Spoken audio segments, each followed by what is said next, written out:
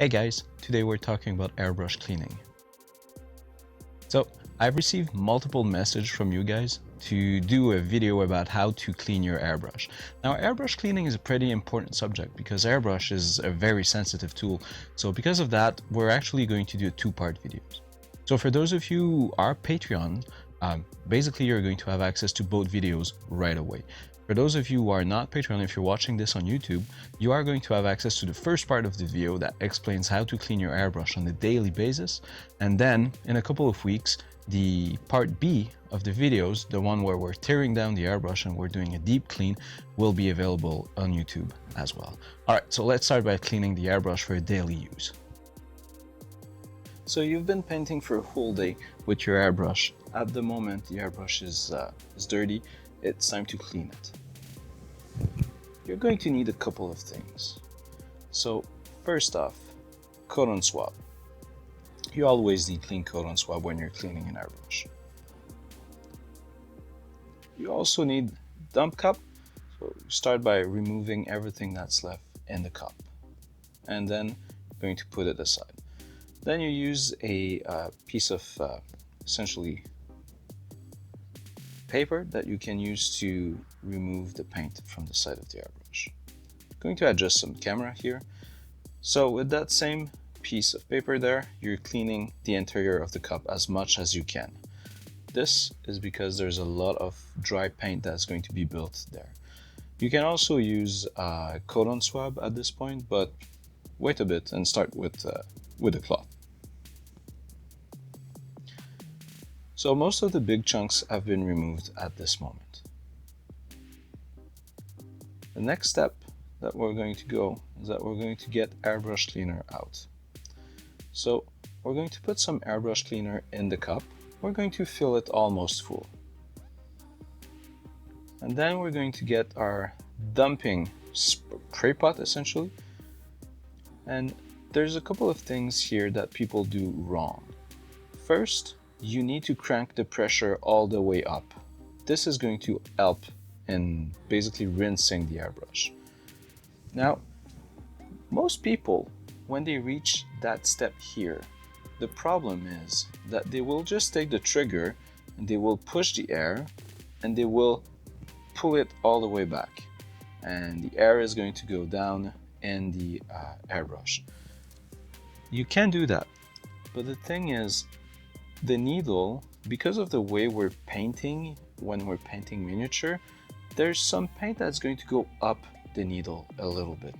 So what I do myself is, instead of just pressing and pulling, I will do back and forth on the trigger, and that helps keeping a cleaner airbrush. Now while we do this, it's going to be longer because you're not constantly spraying, but you get pretty good result of the first time when you're doing this. So what we're going to do now is that we're going to do it all the way up to the point where the pot is empty.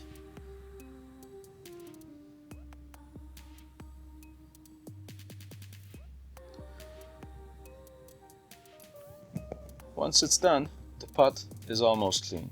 In this case, I had dirtied the airbrush so that I could clean it, so there's not a lot of dry paint there. But now we're going to put cleaner back in. We're lowering the pressure on the compressor, and we're going to do the backflow trick to clean the airbrush. If you don't pull back the pressure down on the compressor, the airbrush cleaner that's in the pot is essentially going to spray right in your face. So most people use their hand when doing this. The problem that I have with this is that it blocks the airflow entirely. So basically, most of the time when I'm doing this, I'm receiving the airbrush cleaner right in my face. So there's a couple more things that you need to know about that. Is when you do that, it's going to do a whole bunch of bubble, and this helps cleaning basically the tip of the airbrush by flowing air back up. In order to protect your needle, there's one important thing that you need to do when you're doing this, is that you pull the trigger before you start doing this. This will help you, this will help prevent bending the needle while cleaning the airbrush. So we're going to use that paper towel. We're going to pull the trigger, and then we're not pressing to the maximum with the paper. We want some air to go in, and then we're putting air in it. So this helps in cleaning. There's some dry paint particle that's going to come back up the cup, and we cannot put that through the airbrush. Just to make sure that we're not clogging the airbrush, we're going to dump this right in the cup. You never push that stuff back through the airbrush. And once we're done dumping, give the airbrush a good wipe there. Normally, I do this myself 2 or 3 times, depending on how dirty the airbrush is. So here we go again. And we're going to dump this thing again, clean it.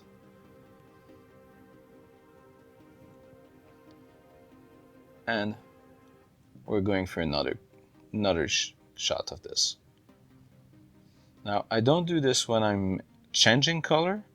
I'm doing this only when I'm done for the day. I'm cleaning the airbrush, getting ready to get the airbrush out. So, getting the airbrush back in there, and we're going to do again a rinsing of the airbrush, doing the exact same thing that we did previously. So, back and forth on the trigger. This is super important.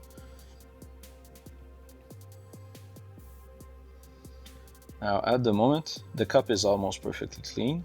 This is one of the last steps that we're going to have in cleaning our airbrush at the end of it. Now, once this is over, so in this case, there's still some in there. There's a little bit of dry paint in the cup that I forgot earlier. So we're just going to take a cotton swab. We're going to dip it in there. And we're going to basically scrub the airbrush with the cotton swab. And obviously, once we're done with this, we're not going to have the liquid go through, because often there's going to be some particle that will be in the airbrush cleaner.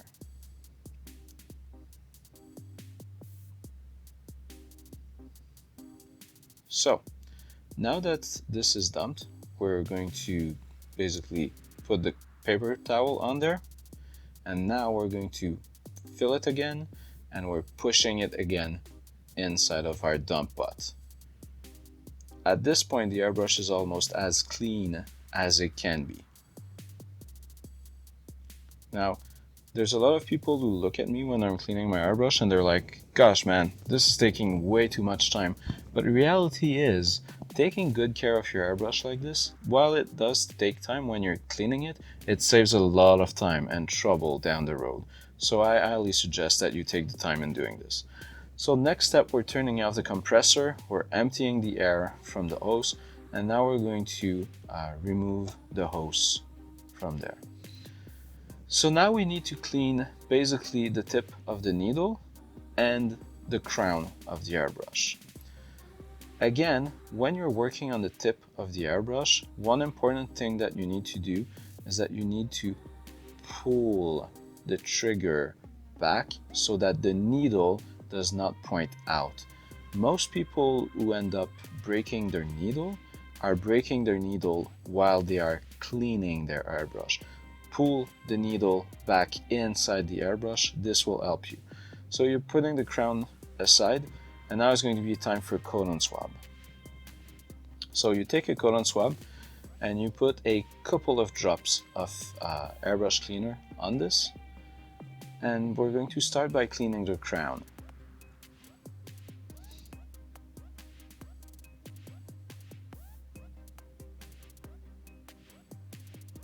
Actually, I'm sorry, this is a voiceover because there was an issue with the video when I recorded the video. Most of the time I start with cleaning the crown, but in this case I am cleaning the cap of the nozzle, and note that I've pulled the needle back in, so you're just dabbing everything. There's going to be some paint particles that are going to stick to your cotton swab there, and you need to be very careful with that needle. Right now there is some paint on there. You might not be able to see it on the camera, but there is some paint. Then you release the needle and very gently, you're going to scrub the side of the tip of the needle very, very, very gently. You have to be very soft on this. The tip of these needles are really, really thin, so you have to be extremely gentle. So now the tip of the needle and the nozzle cap are clean. We're going to then use the crown. Now when I'm doing my daily clean on this, I am not removing the nozzle cap. I'm trying to basically do the less disassembly possible on my airbrush, and this is why I am that careful when I'm doing my cleaning, and I'm always make sure there's nothing left in there. If you're careful and if you're rinsing it as I'm showing it to you there, most of the time you're going to be good. So now we're going to go and do the crown. So a couple of drops of airbrush cleaner on a cotton swab, and we're going to start by the part that's facing the needle, and we're going to screw this on. So we're just screwing it in so that it cleans anything that would be in the thread there. And now we're going on the other side.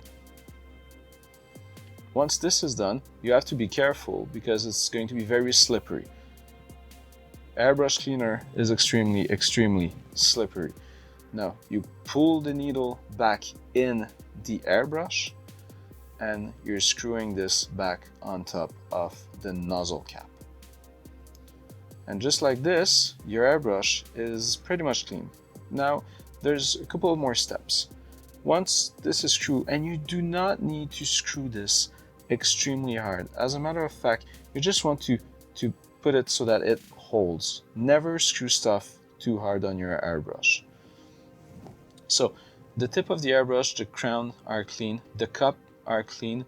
We're going to take a hose, we're going to plug it back in, and before we're done, we're going to put some airbrush cleaner back in, and in case what we just did released any paint particle, we're going to rinse the airbrush once again. Now after I'm done cleaning, when I'm starting an airbrush session, I also do another rinse like this. Now that that is done, we're turning off the compressor, removing the air. We're going to unplug the airbrush, and now you take a piece of paper and you scrub it a little bit. So this is what I'm doing right there.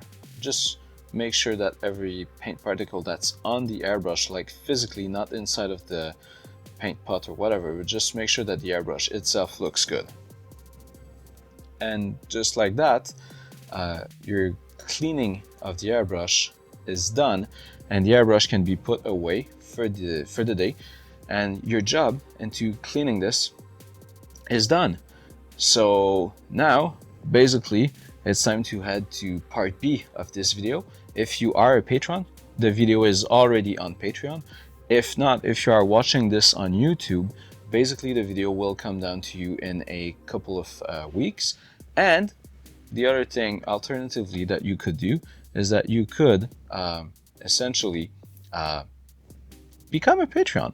So come over on Patreon, there's plenty of cool things there. So thank you for watching, and if you have any questions, don't be afraid to leave a comment down below. Thank you, bye.